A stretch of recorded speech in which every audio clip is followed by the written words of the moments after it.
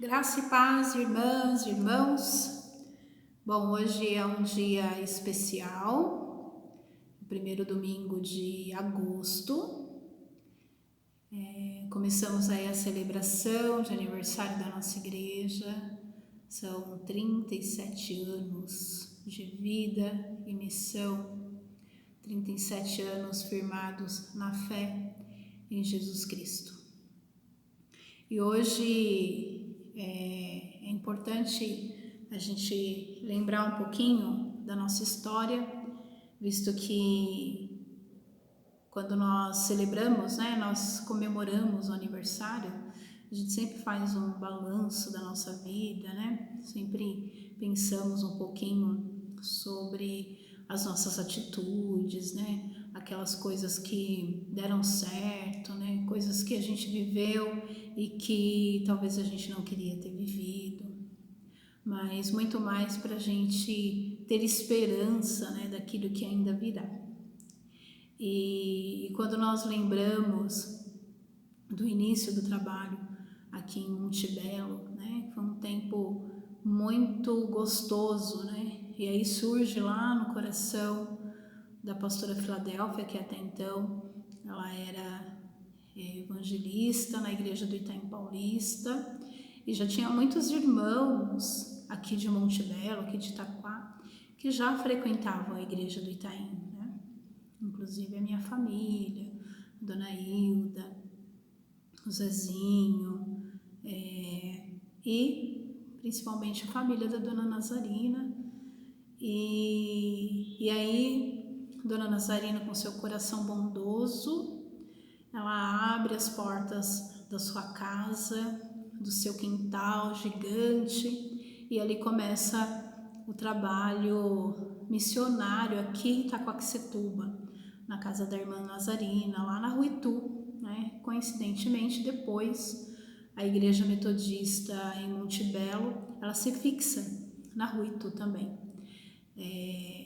Mas enfim, é uma história que alegra o meu coração, pois foi um período assim muito gostoso, onde as crianças aprendiam a palavra, então tinha os adultos que acompanhavam, e diante dessa história, tudo começou lá, em 1983, e hoje nós estamos aqui para celebrar mais um ano da nossa igreja, com muita alegria, e quero deixar aqui a nossa gratidão ao Senhor pelas vidas que começaram esse trabalho aqui em Monte Belo. Quero louvar a Deus pela vida da Dona Nazarina, quero louvar a Deus pela vida da Dona Filadélfia, que na época a gente chamava assim, e que depois se tornou nossa pastora querida. E eu não posso deixar de agradecer ao Senhor pela vida dessas duas mulheres, grandes mulheres. E deixa eu parar aqui, senão eu começo a chorar. Mas enfim, então, nós vamos hoje continuar com a nossa revista. Nós estamos aí no estudo 8 e hoje o tema é a importância da profecia. Então nós vamos estudar um pouco sobre esse tema, e o texto base do nosso estudo hoje é 1 Reis 22, do versículo 1 ao 37. Enquanto os irmãos vão encontrando aí, nós vamos orar ao Senhor, clamar ao Senhor, pedir sabedoria ao Deus que tudo pode, aquele que tem cuidado das nossas vidas, Então vamos orar. Senhor Deus, nós te damos graças, te rendemos toda a honra e toda a glória. E nesse momento, Senhor, eu quero te agradecer, ó Pai, primeiramente, por essa igreja metodista aqui em Monte Belo, em Itaquaquecetuba, Senhor, que está no nosso coração, que nós amamos, Senhor. Quero te louvar, te agradecer, Senhor, por todos esses anos que o Senhor tem nos sustentado. E assim, me lembro de uma palavra que o pastor Raul Fernandes disse aqui um dia, que as pessoas deveriam passar na rua, olhar aqui para dentro e dizer: olha como eles se amam. e ter desejo e vontade de entrar aqui neste lugar e servir ao Senhor juntamente conosco. E eu te louvo, Senhor, porque muitas pessoas se achegaram até nós e estão conosco até hoje, Senhor, e podem celebrar juntamente conosco, Senhor, mais um ano de ministério, Senhor, de vida e missão aqui neste lugar. E nesse momento, ó Pai, eu te peço uma bênção especial, Senhor Jesus, que possamos entender a Tua palavra, Senhor, que ela possa ser viva, Senhor, nos nossos corações. Nos dê a Tua graça, nos dê a Tua sabedoria, em nome de Jesus que nós oramos. Amém. Então, nós vamos ler o texto de 1 Reis, capítulo 22. É um texto grande, né? Peço que os irmãos acompanhem a leitura. É um texto bem interessante. Fala de uma situação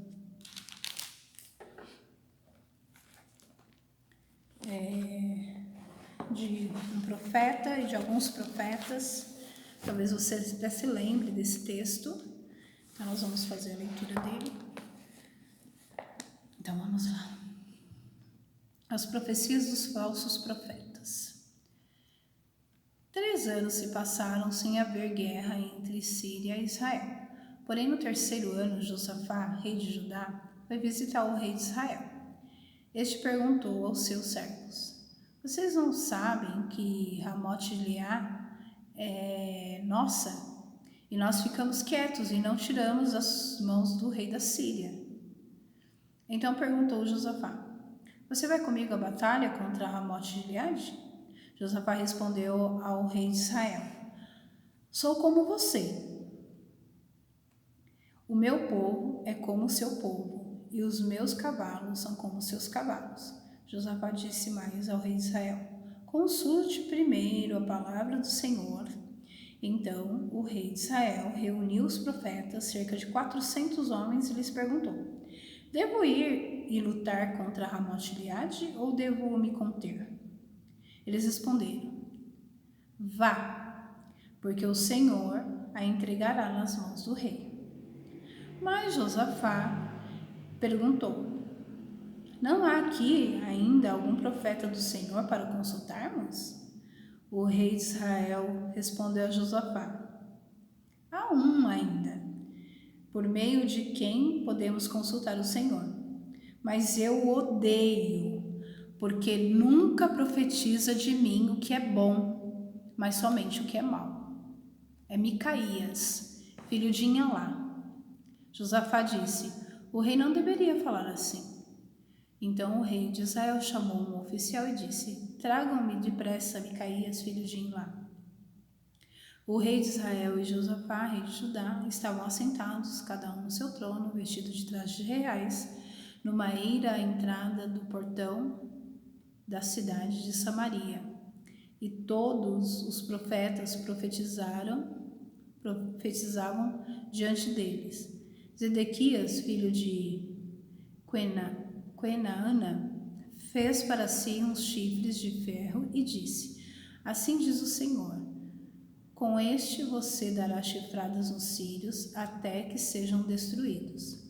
Todos os profetas profetizaram assim dizendo: suba a Ramote-Gileade, você triunfará, o Senhor a entregará nas mãos do rei. O mensageiro que tinha ido chamar Micaías falou dizendo: eis que as palavras dos profetas a uma voz predizem coisas boas para o rei. Portanto, que a sua palavra seja como a palavra de um deles, para o que é bom. Micaías respondeu: tão certo como vive o Senhor, o que o Senhor me disser, isso falarei. Quando ele chegou à presença do rei, este perguntou: Micaías, devemos ir a Ramote-Gileade para a batalha ou devemos nos conter? Ele respondeu: vá, você triunfará. O Senhor a entregará nas mãos do rei. O rei lhes disse: quantas vezes devo fazer você jurar que não me fale a não ser a verdade em nome do Senhor? Então Micaías disse: vi todo Israel disperso pelos montes como ovelhas que não têm pastor. E o Senhor Deus disse: estes não têm dono, que cada um volte em paz para sua casa. Então o rei de Israel disse a Josafá: eu não disse a você que a meu respeito ele não profetiza o que é bom, mas somente o que é mau? Micaías prosseguiu: portanto ouça a palavra do Senhor. Viu o Senhor assentado no seu trono, e todo o exército do céu estava com ele, junto dele, à sua direita e à sua esquerda. Então o Senhor perguntou: quem enganará Acabe para que vá e seja morto em Ramote de Gileade? E um dizia uma coisa e outro dizia outra. Então um espírito saiu, se apresentou diante do Senhor e disse: eu o enganarei. O Senhor perguntou: como? Ele respondeu: sairei e serei um espírito mentiroso na boca de todos os profetas do rei. Então o Senhor disse: você conseguirá enganá-lo. Vá e faça assim.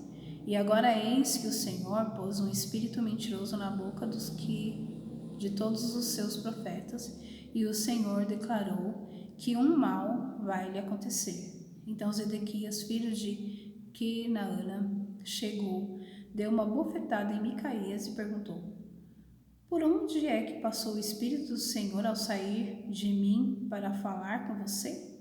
Micaías respondeu: eis que você o verá no dia em que estiver correndo de quarto em quarto, tentando esconder.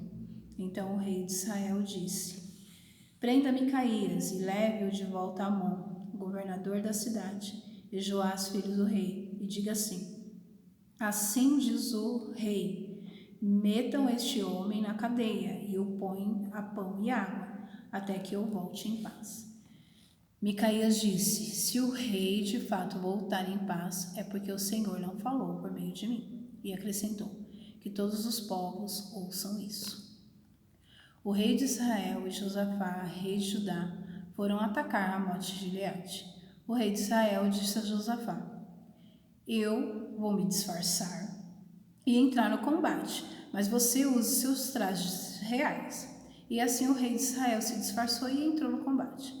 Ora, o rei da Síria havia ordenado aos 32 capitães e seus carros de guerra que não lutassem nem contra pequeno nem contra grande, mas somente contra o rei de Israel. Quando os capitães dos carros viram Josafá, disseram: aquele certamente é o rei de Israel, e se dirigiram até ele para atacar. Porém Josafá gritou. Quando os capitães dos carros de guerra viram que não era o rei de Israel, deixaram de persegui-lo. Então um homem entesou o arco e, atirando ao acaso, atingiu o rei de Israel por entre as juntas da sua armadura.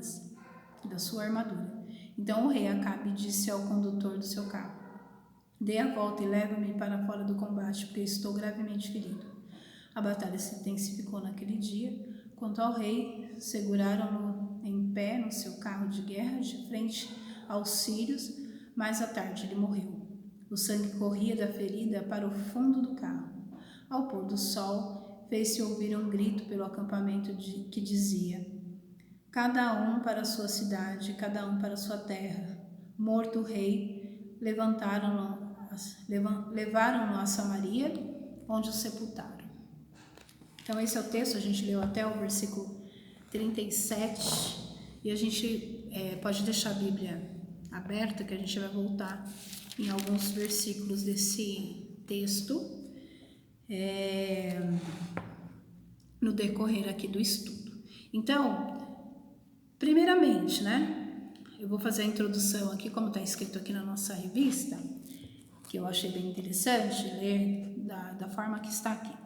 Os profetas e profetisas formam um dos grupos mais importantes e atuantes em Israel nos tempos do Antigo Testamento. Suas palavras ficaram registradas no maior bloco de escritos daquele tempo e muitas delas ainda foram relembradas no Novo Testamento. Então, profeta é alguém que fala em nome de Deus e não de si mesmo. As profecias, muito além de previsões do futuro, são o retrato da realidade de um povo. A Bíblia contém muitas delas, inclusive o que acabamos de ler. Então, o que a gente vê nesse texto, né? Então, primeiramente, o que está acontecendo é que essa terra, Ramote de Gileade, ela pertencia por direito ao rei de Israel. E aí, por um determinado motivo, essas terras elas foram tomadas por Ben-Hadad II, rei da Síria. E aí o rei de Israel, Acabe, ele resolve tomar essas terras. E aí o que ele faz? Eu vou conversar com o rei Josafá, que é o rei de Judá, para ele me ajudar a vencer ali aquele povo e tomar essas terras. Josafá, que era muito temente a Deus, ele faz uma proposta, né, ao rei de Judá. Olha, Acabe, vamos nos consultar, né? Vamos perguntar a Deus, né? Qual que é a vontade de Deus sobre isso?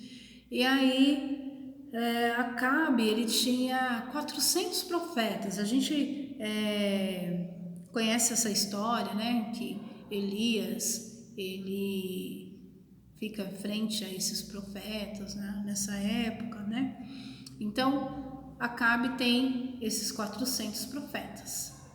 Esses 400 profetas que Acabe vai se consultar eram profetas que, de uma certa forma, eles tinham algumas regalias no reino, então eles eram subornados, e então a sua profecia, ela não era isenta, ela não falava em nome de Deus, né?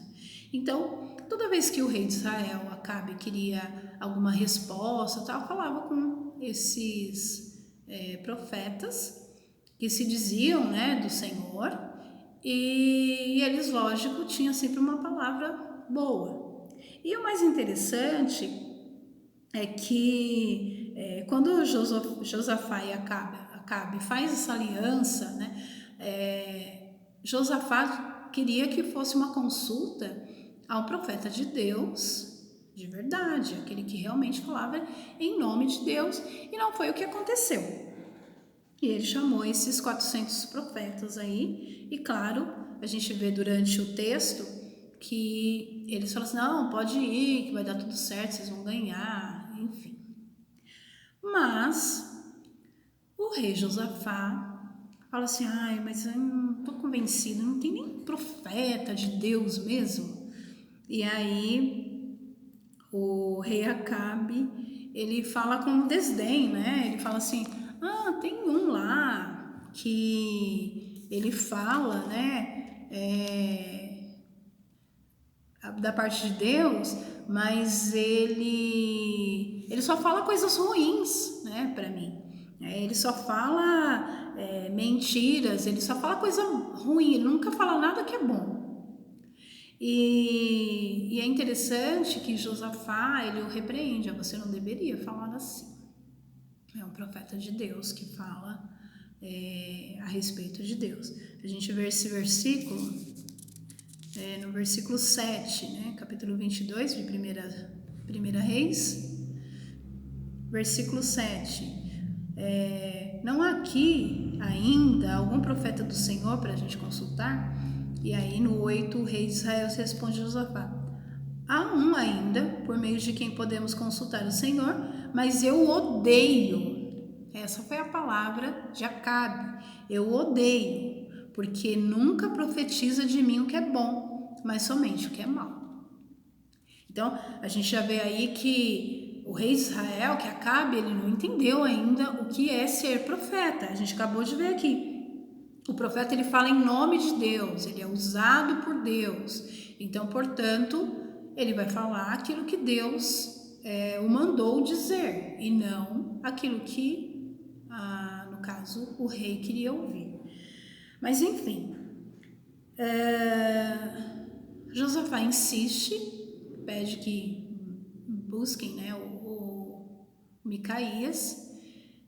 Quando chega lá, o mensageiro que vai dar o recado lá a Micaías, ele já fala, olha, todos os profetas já falaram que vai dar tudo certo, que eles podem ir lá para a guerra.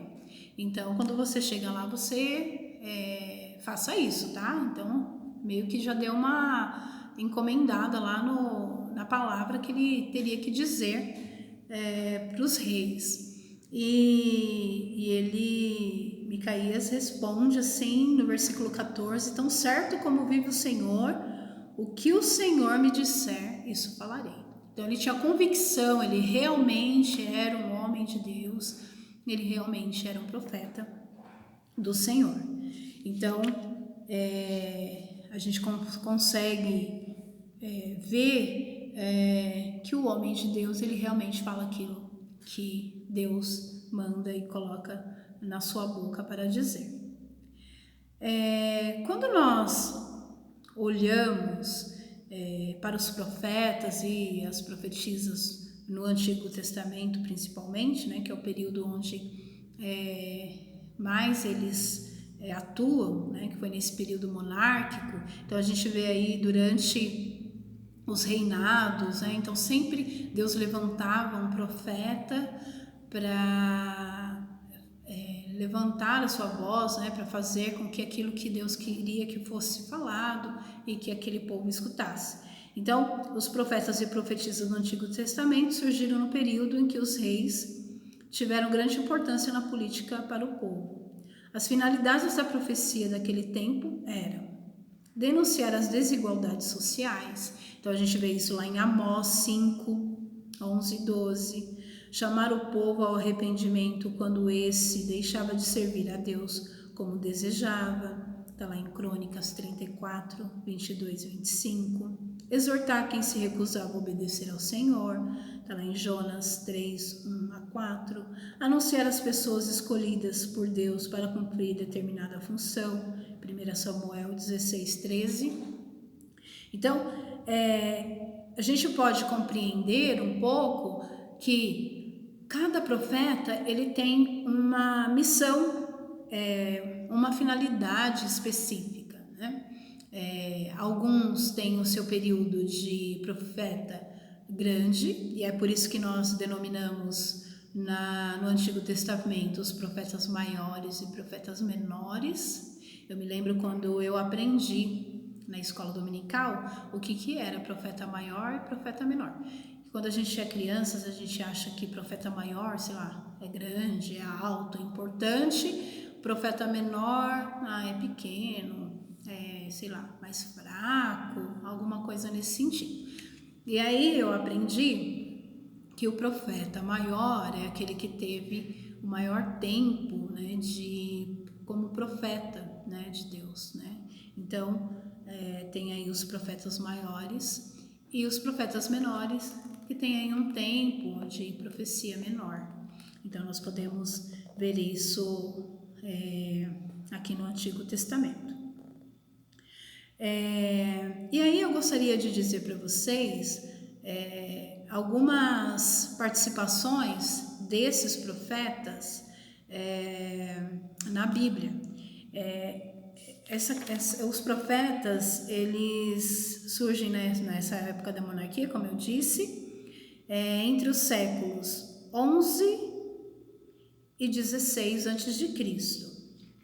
E aí, depois eu vou tirar uma foto, eu vou colocar lá no grupo da igreja para vocês verem esse panorama de uma forma mais específica, ó, dessa forma aqui, que aí vocês podem ter uma ideia melhor. Então, ó, eu vou falar o profeta, o lugar e alguns temas que Deus pediu para que eles tratassem com o povo de Israel. Então, Amós, que ele lá do Reino do Norte, Samaria e Betel, então ele tratou sobre as injustiças sociais. Oséias, Reino do Norte, a infidelidade do povo. Miqueias, Jerusalém e cercanias, né? Ele foi contemporâneo de Isaías, o profeta Miqueias, exploração dos pobres e corrupção dos líderes. Então isso foi aí no século 8 antes de Cristo. No século 7 antes de Cristo, Sofonias, Reino do Sul, sincretismo religioso, pobreza espiritual e o dia de Javé como julgamento. Então, Naum, Reino do Sul, o tema que ele tratou foi o julgamento divino sobre Nínive.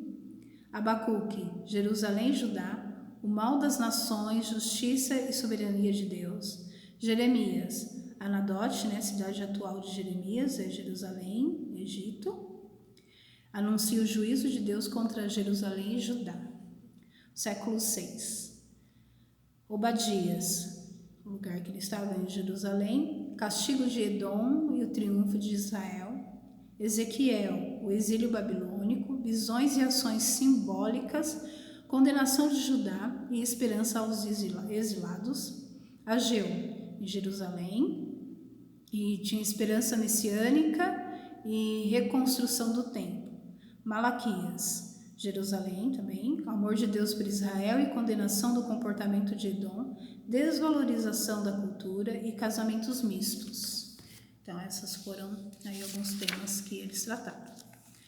Século IV, Jonas, Nínive no Império Assírio, narração contra o exclusivismo judeu e eficácia da palavra de Deus. Joel, Jerusalém, exército de gafanhotos, anúncio do dia de Javé e efusão do Espírito.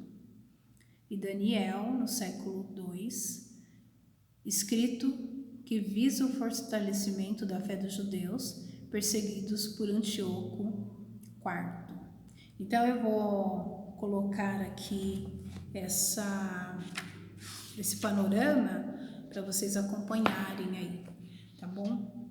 Então, esse texto, esse texto de Reis 22, ele nos faz a entender um pouco a importância da profecia, Como que nós vemos a profecia, como nós devemos ver a profecia bíblica. E é claro que a gente não pode deixar de falar das profecias que nós temos visto hoje. Primeiro que profecia não era uma coisa banal, então em qualquer culto, em qualquer reunião, aí se levantava um profeta e falava alguma coisa.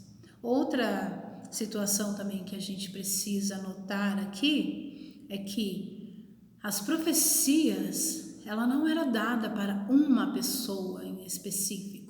Ela era dada para uma comunidade, no caso, uma nação. Então, a gente tem que tomar cuidado com esse tipo de revelações que falam que Deus vai fazer isso na sua vida.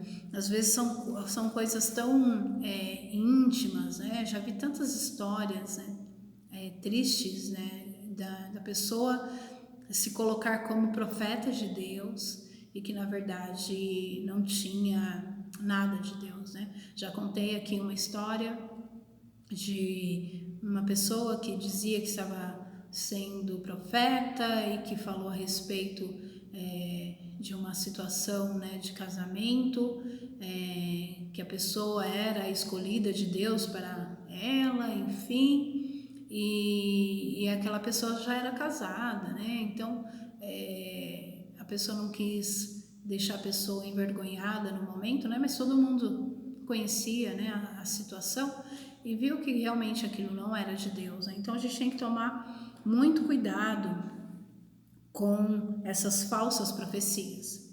Assim como na época de Acabe, tinha lá os 400 profetas que falavam que o rei queria ouvir, Quantas vezes nós queremos ouvir algo de Deus e quando vem uma palavra, e aí a gente costuma, como metodistas, dizer que a Bíblia é a grande profecia. A gente não precisa ficar indo buscar profecia aqui ou ali. Aqui está a grande profecia, na palavra de Deus. Então, quando às vezes nós ouvimos uma palavra e a gente não queria ouvir aquilo, a gente queria ouvir uma outra fala, talvez, e a gente às vezes fala assim, ai, né, não era isso que eu queria ouvir, né? Quantas vezes a gente já foi em algum culto, ou agora a gente ouvindo, né, assistindo os cultos online, estudando a Bíblia online. Quantas vezes a gente quer ouvir uma palavra e não é exatamente aquilo que Deus quer falar conosco? A gente quer ouvir sempre o que é bom, como dizia aqui o profeta Acabe. Ele nunca fala o que é bom, ele só fala o que é mal, né? Mas por quê? Às vezes a gente precisa ouvir o que está de errado. Que bom seria, né? Toda vez que a gente fosse falar com Deus e Deus falasse conosco, sempre tivesse tudo em ordem, né? Então teria sentido da gente estar aqui mais, né? Então a gente tem que lembrar, sim, que é preciso tomar cuidado com as falsas profecias ainda hoje, né? Nos tempos de hoje. No versículo 20 e 22, deixa eu achar ele aqui.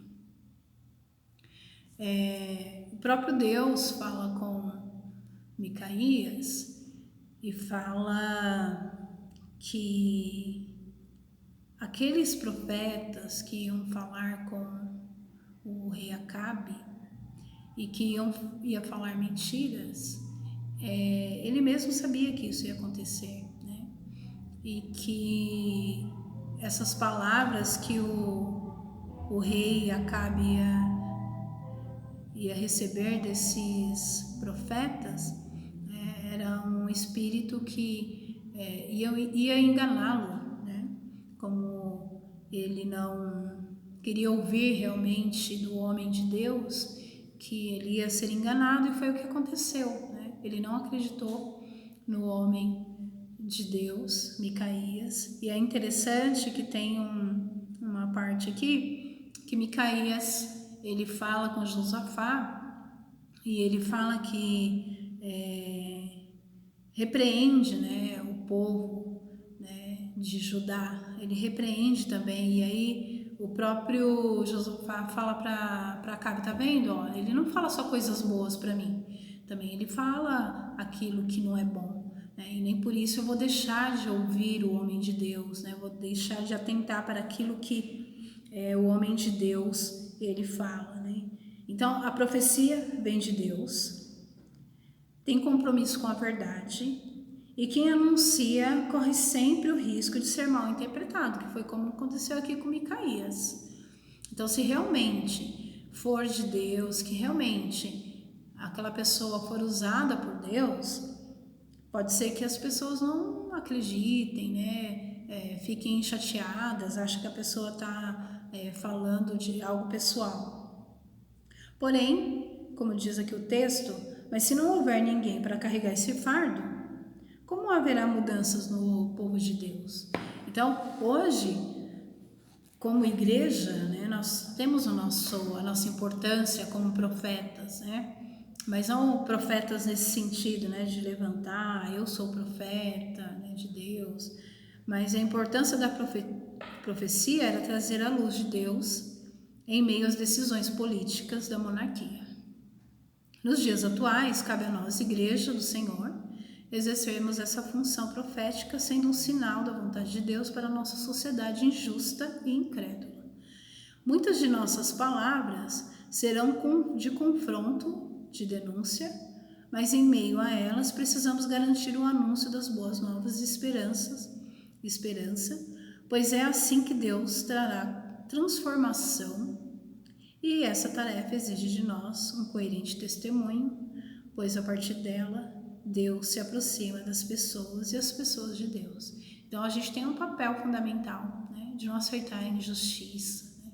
A gente vê as pessoas sofrendo, né, nesse tempo então de pandemia, né, pessoas perdendo seus empregos, pessoas com dificuldades para comprar o pão de cada dia, né, pessoas que estão passando por situações muito difíceis, e a igreja ela precisa atuar nesse tempo, né? Ela precisa ser uma voz profética e não uma voz que comungue disso, né? Assim como esses profetas, os 400 profetas de Acabe, eles comungavam com as ideias de Acabe. Então, não era aquilo que Deus queria que eles fizessem, né?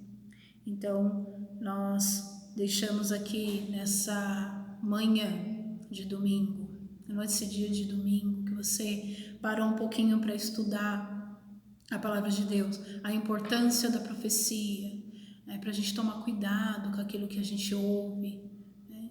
Elas precisam estar baseadas com a palavra de Deus, né? E como diz o texto aqui, as profecias, elas tinham o seu tempo, a sua importância, né? Toda hora que levantava alguém para falar, então a gente tem que tomar cuidado, né? Cuidado, tem pessoas que vão atrás, olha, tem um profeta ali, né? Vamos lá para ver o que ele vai falar de mim. Eu já vi pessoas que foram e aí o profeta não falou nada e a pessoa vem, nossa, acho que nem era muito profeta de Deus, não falou nada comigo. Então a gente tem que tomar cuidado com esse tipo, né, de falsos profetas, ou de nós queremos buscar algo que está aqui na palavra do Senhor. A gente pode ler a palavra do Senhor e Deus falar conosco. Aqui, ó, a palavra dele. E aqui tem resposta para as nossas angústias, para as nossas preocupações, para aquilo que realmente a gente precisa, né? É possível a gente identificar uma falsa profecia? Eu te pergunto. É fácil a gente saber se aquela pessoa está falando de Deus ou não, se é de Deus ou não. Aqueles profetas lá de Baal, eles falavam aquilo que ele queria ouvir. É fácil a gente querer ouvir algo e alguém dizer algo, né? Eu costumo dizer, né, que quando às vezes as pessoas não têm o que falar, é fácil ela concordar, né? Acontece muito com o horóscopo, né? A pessoa fala assim, hoje você vai ter um dia muito bom, mas pode ter alguma interferência. Gente, isso é óbvio. A gente pode ter um dia maravilhoso e acontecer algo que nos chateie. Ou a gente pode ter um dia muito ruim e ter alguma coisa que nos alegre. Então, a gente tem que tomar cuidado, né, com o tipo de literatura que a gente tem lido, né, o tipo de palavras que nós temos ouvido. Nós temos aqui a palavra de Deus, nós temos nesse tempo aí em que as nossas programações são online, a gente tem diversos canais para a gente assistir, mas a gente tem que tomar cuidado com aquilo que a gente ouve, né? E eu convido você para pedir ao Senhor que te dê sabedoria, né?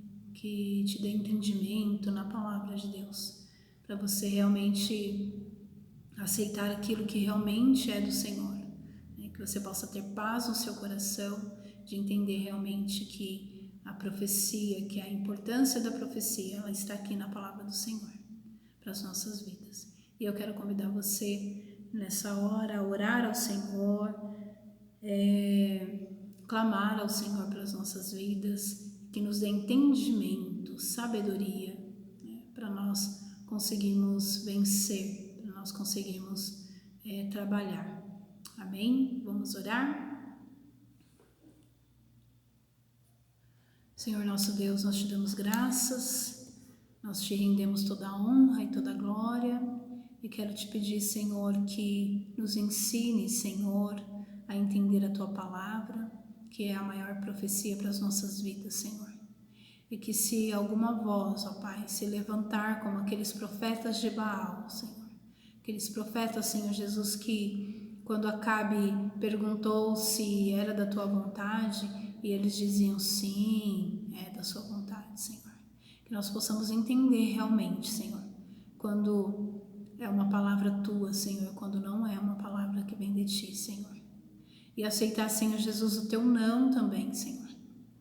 Ó Deus, como é difícil, Pai, quando o Senhor diz não para nós e nós aceitarmos, Senhor Jesus, e entendermos que o Seu não é o melhor para nós. Por isso, Senhor, eu te peço, ó Pai, que tenha misericórdia das nossas vidas. Em nome de Jesus que eu oro. Em nome de Jesus, Senhor, que eu agradeço por cada irmão, cada irmã que pôde participar dessa nossa escola dominical. Eu te louvo e te agradeço, Pai, em nome de Jesus. Amém. Amém, irmãos, e até semana que vem, se Deus quiser. Um beijo.